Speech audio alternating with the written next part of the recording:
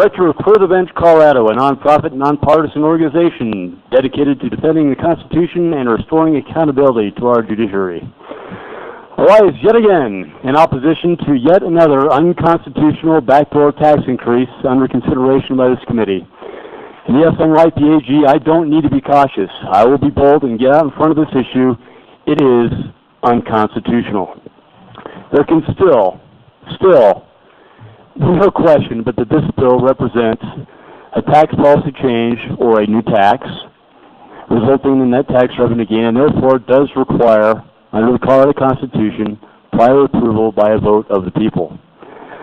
This bill, as previous testimony indicated, is extremely likely to be indicated. Moving it forward violates your fiduciary duty towards Colorado citizens. This will, if passed, end up costing us much more than any revenue gains you can hope to achieve. In fact, this bill represents another tax on what is not an end product. It's a component of production.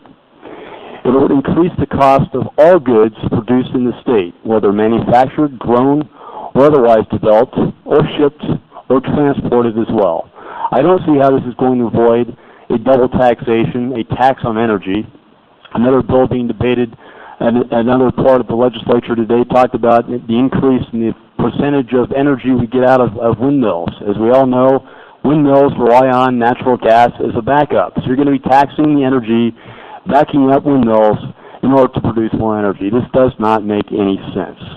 And this bill seeks to remove an exemption that's been on the books since 1937, at the same time that the sales tax was established in the state. This is longer than almost anyone in this room has even been alive. I think it's even longer than you, Senator Heath.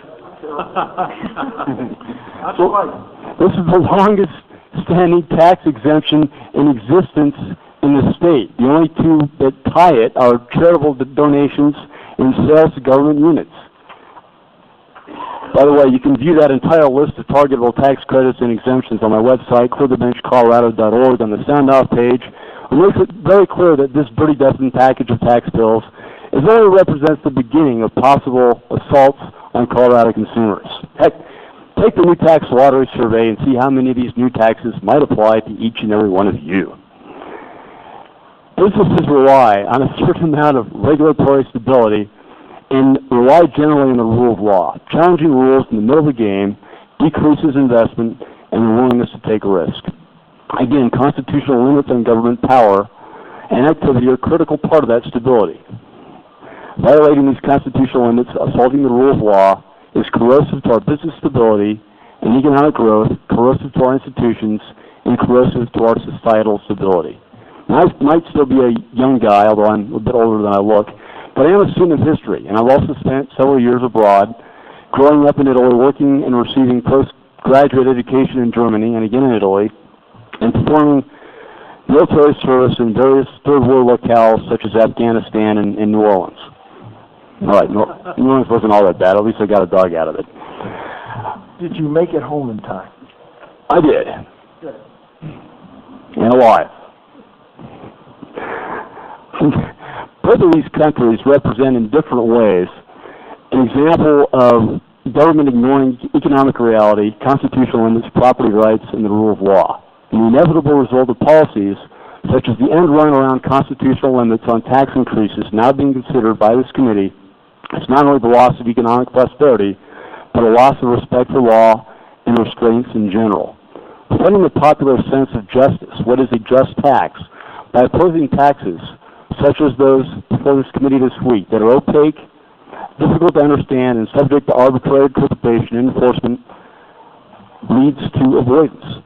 And almost wrapping up, about 2 more sentences here, so I'm cognizant of the time.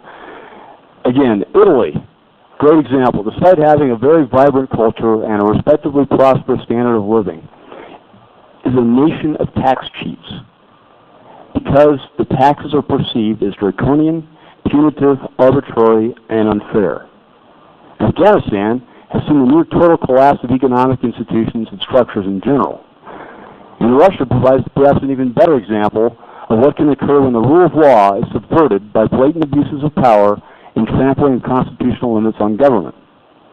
These stealth tax increases will not only damage businesses, But again, they violate the constitutional rights of Colorado citizens to exercise prior approval on tax increases. Don't assault Colorado businesses.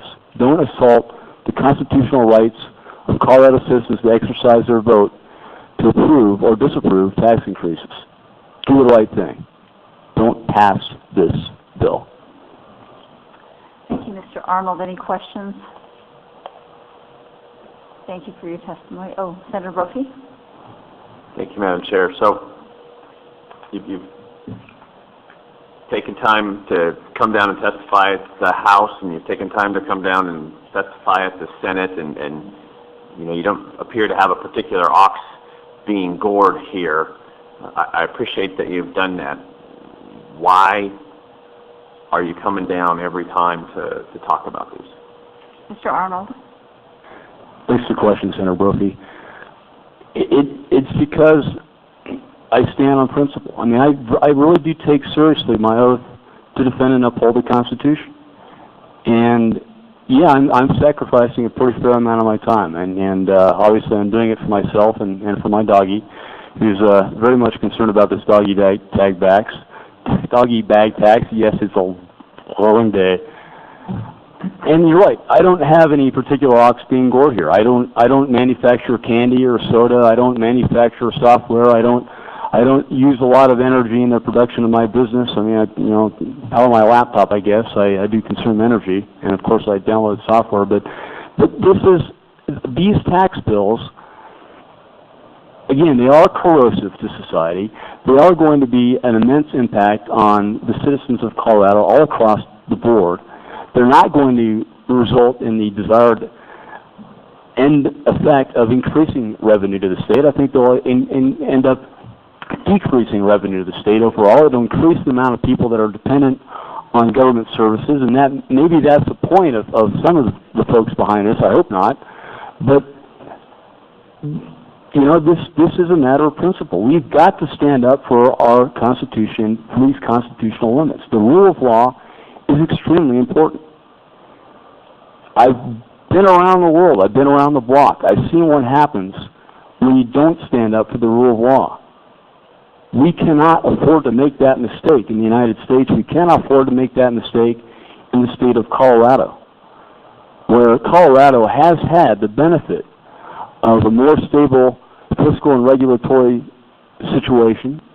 We've had the benefit of reining in excesses of government spending. We've had the benefit of reining in excesses of taxation.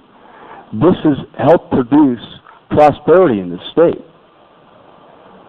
So eroding those limits, tossing them out, making a blatant end run around the process, not asking the voters for their approval before taking their money it's just unconscionable. It has to be stopped, and it's a dirty job, but I guess someone's got to do it.